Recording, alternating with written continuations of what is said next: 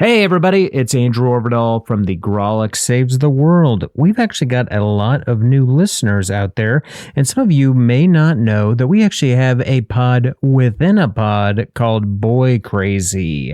It's reserved for Patreons. If you haven't checked out our Patreon, it's at patreon.com/GrawlixSaves, and it's a podcast where we three 40-something dads appraise the hunk worthiness of hunks through the ages in pop culture and beyond. And while it is normally Patreon exclusive, we like to give listeners a little taste. So we have a little sample for you. And oh boy, is this a good episode. This is one of the funniest Boi Crazies we've ever done. And it's polarizing. This is Backstreet Boys versus NSYNC. So enjoy this little jalapeno popper of Boi Crazy.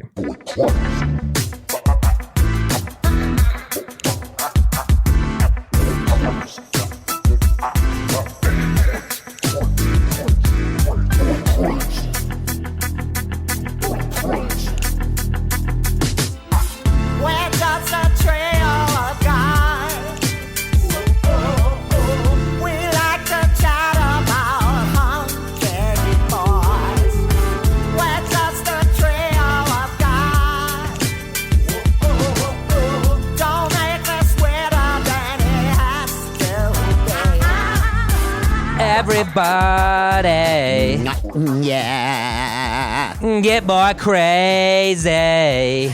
Yeah. Everybody, get Boi Crazy now. Bow, now, now, now, now. It's Boi Crazy time.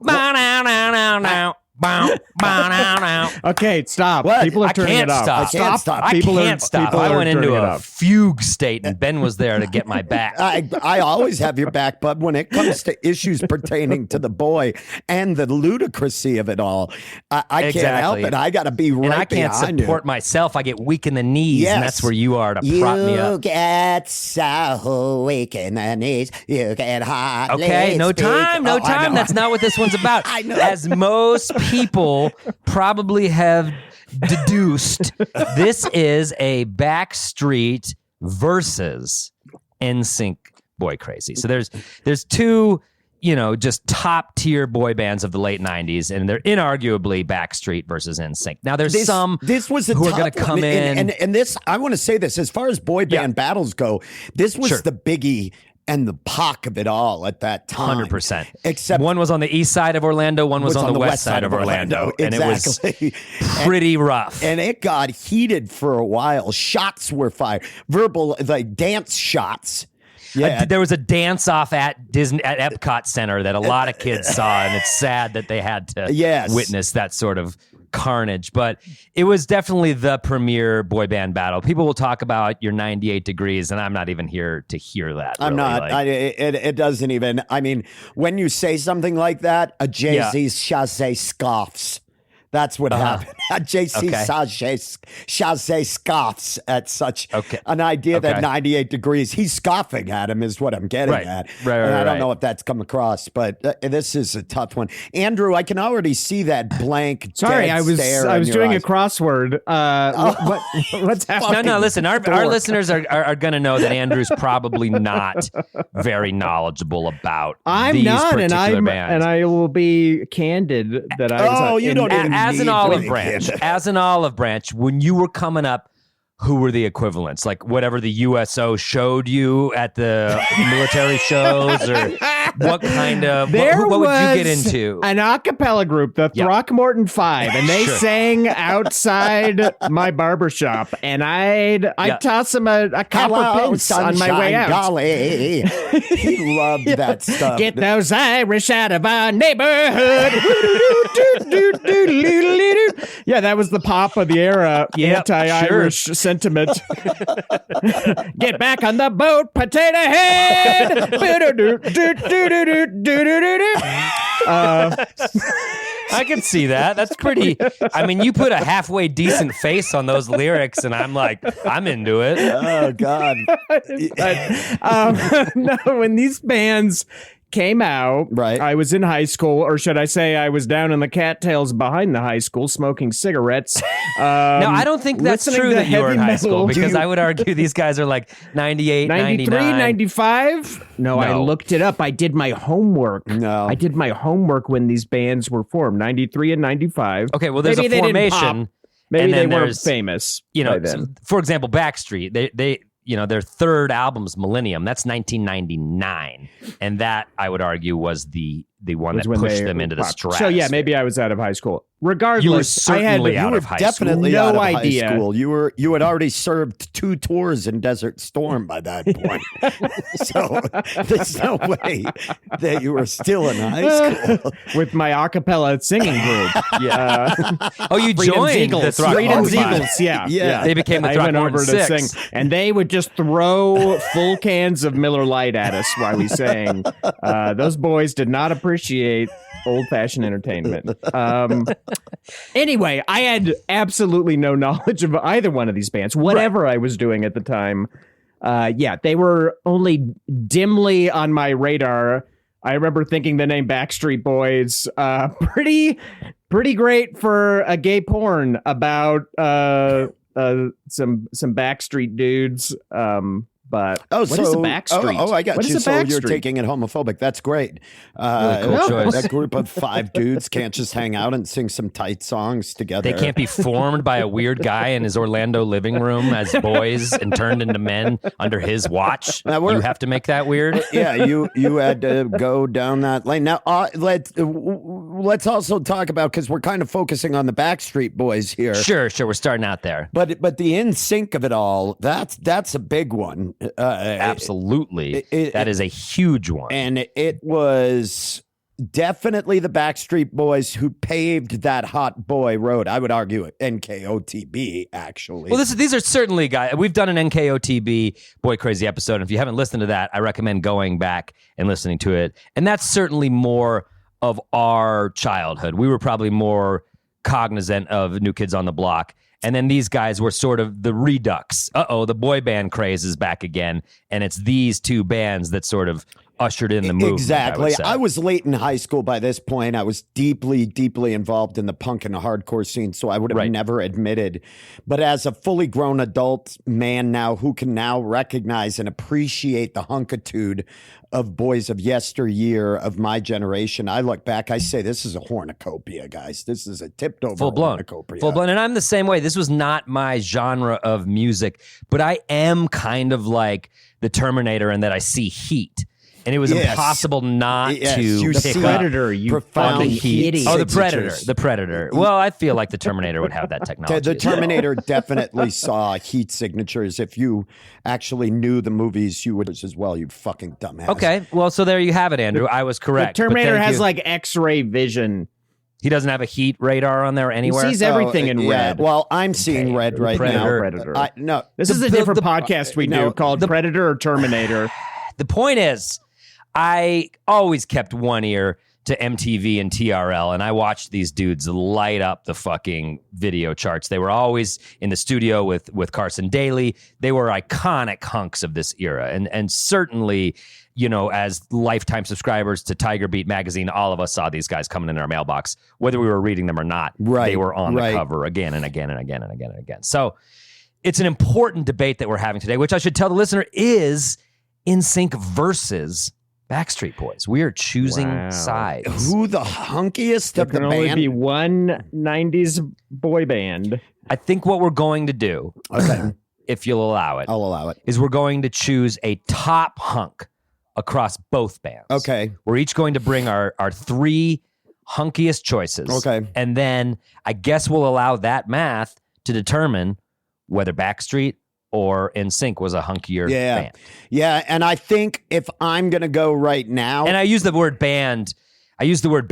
not at all. Okay. Incredibly liberal. Guys dancing to tracks that they could never make themselves, except for JT, I who was a also savant. would like to say yes, that I think we should appraise them from the time they were at the peak of their popularity. Let's try not to take into account how they look now, because NSYNC is fucked up. and something happened.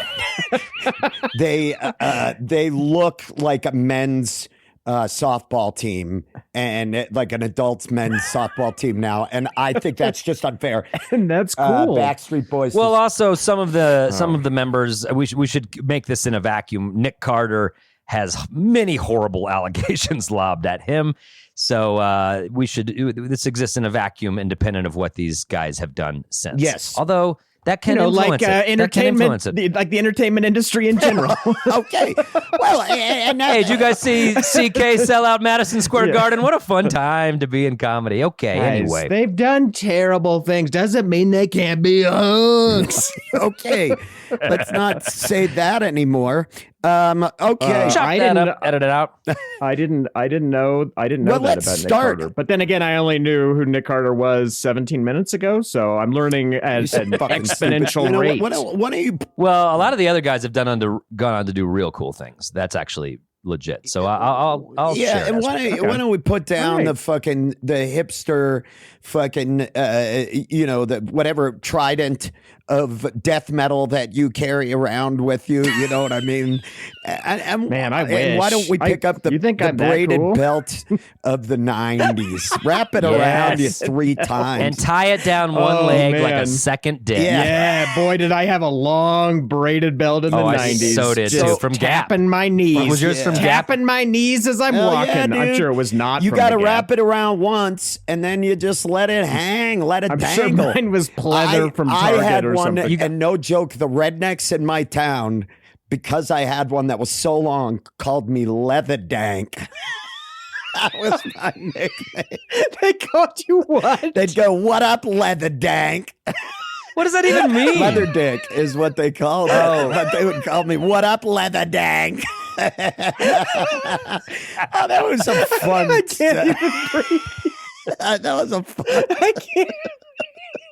How are we just finding out about this? What up, Leather Dank? Oh my God!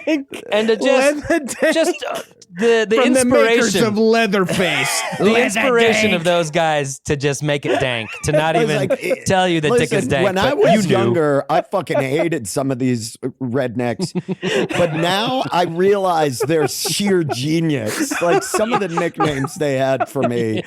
Leather Dank. What up, Leather Dank? They would just yell. Well, that's great. I'm proud that you fucking were your real self, despite the ridicule of these assholes. But it the was very clever bringing ridicule. fashion to Maine. It was fucking hilarious. Oh my God! All right, I would like to start. Are you sure? Because Leather Dank could go first. I gotta mute myself. Okay. Well, I'm going first because I think I'm going to surprise people with my first pick. Okay, you go ahead. Andrew, you need to recover. Andrew is still not okay from Leather Dank. It fucked him up. Andrew's having an episode. It's the best thing ever. You know his little ticker can't take a laugh like this. I'm just picturing teenage Ben just being tormented by these backwoods square-toed boot-wearing rednecks. Oh my God. What up, Leather Dank? Just belt swinging. All right, okay. You go ahead. Oh, that is so fucking funny. Jesus fucking Christ. Have you not titled a special Leather Dank yet? Yeah, you should tell a story about Leather Dank. It's pretty fucking good. All right, so fire it up. Okay. So my very first pick, I think a lot of people might be surprised by it or maybe not. Okay, stop the tape, producer Ron. It's getting too steamy in here. That's a little sample for you. If you want to check out the full episode, you can visit our Patreon at patreon.com/Grawlix Saves. You can catch that Boi Crazy and all of the other Boi Crazies we've done. There's a whole bank of them in there and a bunch of other cool Patreon perks. So check that out. And we'll be back next Tuesday with a brand new regular episode of the Grawlix Saves the World, which is also pretty insane. Some surprises in store for you on that one too. So stay safe out there and stay Boi Crazy.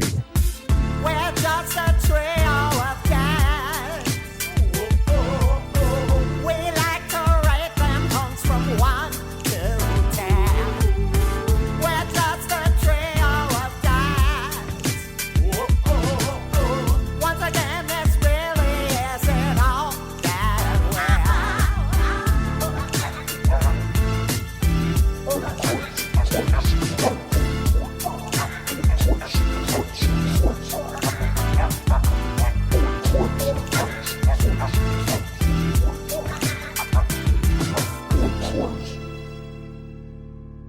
craze.